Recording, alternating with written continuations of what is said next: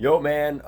Again, guys, I'm really sorry for the kind of informality, if that's a word, unprofessional, kind of just grabbing my phone and just making a video. But you know, this is what it is.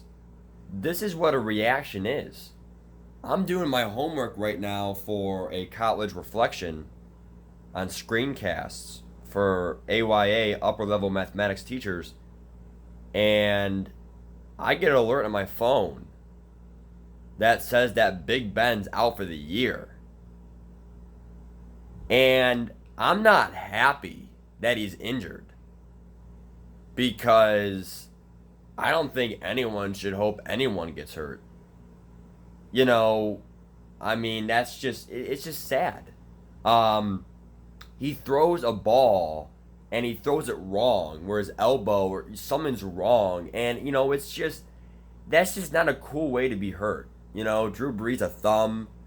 He threw the ball and then the defender hit him right there in the it's man, it comes down to really Ravens or Browns now. I think the Bengals are not as trash as I thought.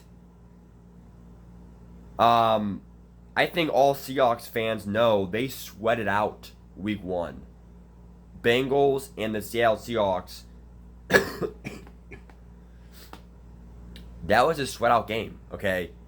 um Seattle's, if you pick Seattle for Survivor or Seattle for your must win team of the week, for your, pick one team to win. If you win, you survive next week. Um, Bengals have had some, versus the 49ers is kind of embarrassing, but still, they don't seem like an automatic win. Why? New coaches, okay? New program, okay? But I feel like the Steelers are going to go into a decline this year. I'm not sure if Sagir's going to ever come back. If he does, next couple years, hopefully, because he's so young. He's so talentful, if that's a word. But it's just, if he comes back even 4 years from now, he'll be like 29, 30. I doubt he'll be as fast as he was, as good as he was. So even if he does come back, he's not the Sagier that we will know, okay? Um, Joe Hayden, I think, is playing pretty good. I don't think that, their defense is that bad. Um, I just think that their offense is kind of where, this is going to play into an effect. You have Mason Rudolph. I don't think James Conner is playing as James Connery. Fantasy football fans, he's like 15th overall in the FBI index for like the overall rankings, at the ESPN drafts. And he's just not producing. I think he was considered the top of tier 2 running backs. If not, I mean, he is not a tier 1, right? He was top of tier 2. I would drop him definitely to the bottom of tier 2 now. If not, the king of tier 3s. With now Mason Rudolph, the quarterback, it's going to wholly change things. Same thing with Alvin Kamara with Teddy Bridgewater. It's just, I think Dalvin Cook is the king of tier 2s, if not the, in between tier 1, tier 2. It's so hard to rank these guys because, we already know. Oh, okay, you know what? How about this? How about David Johnson is the last tier 1? Because then it goes from David Johnson and then it goes like receivers, receivers, receivers, receivers, and then James Conner was one of the first ones in the second round, right?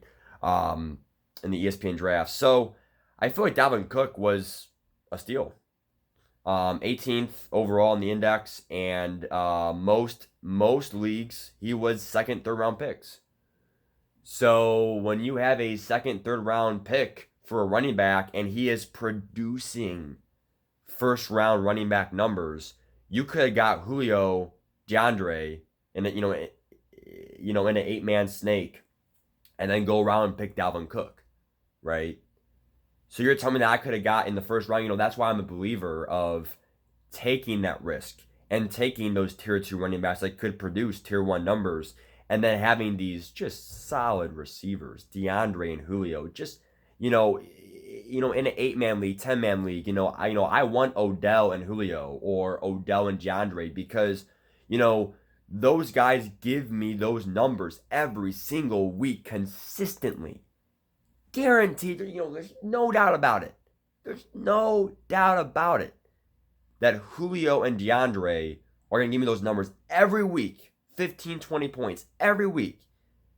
And you're telling me Dalvin Cook gets like 30, 20, 30? So, like, I'm not saying he's going to do every week, but that's what I'm believing in, okay? Now, going back to the Steelers story here, you know, I like what, you know, who's that tight end again? McDonald? I still believe in him. You know, I believe in Juju. Not really a believer of James Washington and Moncrief. I like that O-line. Coaching's there. Don't give up. Don't give up. Your odds have now decreased from the start of the year at 57. You were 57% chance. They were even ahead of the Browns, which I don't agree with that. So I'm a diehard Browns fan, but again, I guess on paper, I mean, so many analysis, just pick Pittsburgh, I think, just for the name. But even when Big Ben was playing, you guys lost, I think, 30-3 or like 33-3 versus the Patriots. Like, that's a problem. Like, I think the Browns play, I mean, we got killed versus the Titans, but that's because of penalties. I think skill-wise, like, we could have at least lost by under 20 to the Pats. I think the offense needs to find its rhythm. Get James Conner back in its rhythm, because I just don't think that he's who we think he was from last year. So get James Conner back in the game, make plays to get Juju open, and use McDonald as a safety valve. So your season's not over. You know, try to beat the Bengals, you know, in both your Bengal games, okay? You play the Cardinals, beat them. You play the 49ers, beat them. I don't know if you play the Dolphins or another weak team or the Bills. And Bills aren't weak, but you should be favored in that game. I don't know about Big Ben being out now, but still, don't look at this as a letdown, Steelers fans, okay? You played two of your hardest opponents maybe all year. Seattle is not easy, because now they have Clowney, made them even better. And then the Patriots are definitely a game that no one expected them to win. So just because you're 0-2 and you lost your quarterback, think about what you can do.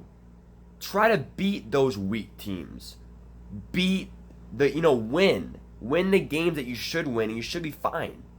Don't act as, it's over. Now, I will say one thing, though. You aren't favored to win now. You're not favored. So, I'm a Browns fan, Ravens fans, even the Ravens.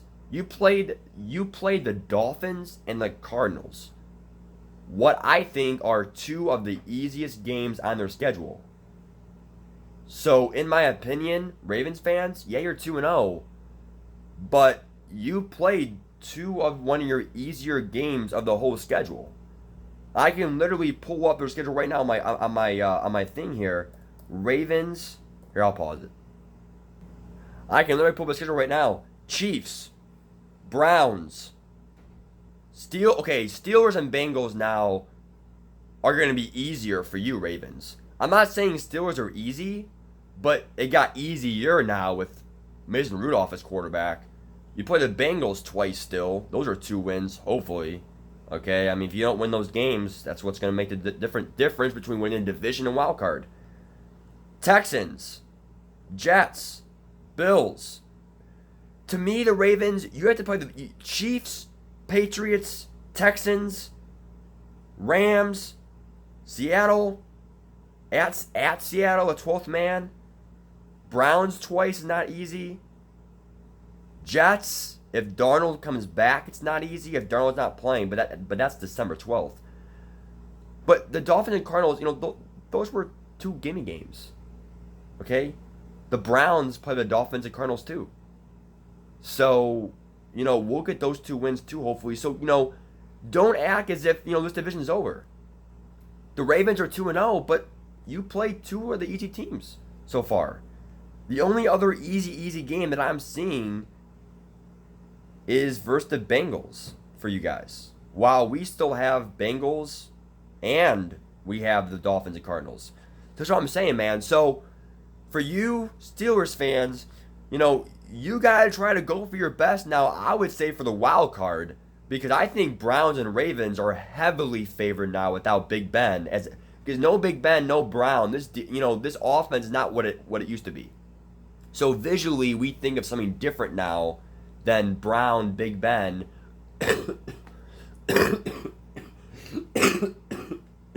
So sorry, but you see what I'm saying? So I mean, I'll take it. I'll take it as a Browns fan, but I just hate that Big Ben's hurt because I do respect him as an elder in this league. But in essence, it makes the Ravens and Browns odds for the division way better now. For a wild card spot, way better. I don't really... Okay, so if I had to predict, Ravens and Browns is a coin flip for the division. Why? Lamar Jackson has improved. I think that he has been doing good things. He's not trash. You got a game plan versus him, and maybe you'll beat him, like the Chargers did in the wild card.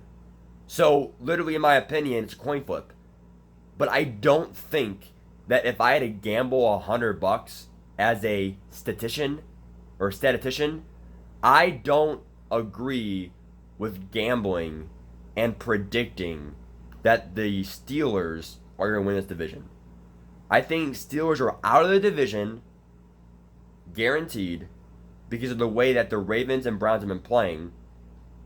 And then I think that the wild card is going to be hard to do, but it's not impossible. I mean, you guys can still come together and win, okay? But the thing is, though, is that the wild card, I wish you the best of luck, but I think that Steelers, even for a wild card, it's still considered low odds. You are underdogs now. So go out there and embrace it, do your best, and just, I mean, take it game by game. Again, I'm sorry for your loss, but I wish you the best. I really hope the Browns can beat the Steelers now with Mason Rudolph, and if we can't, then this is the same old story, same old story, same old story. Peace. I'm sorry to hear again.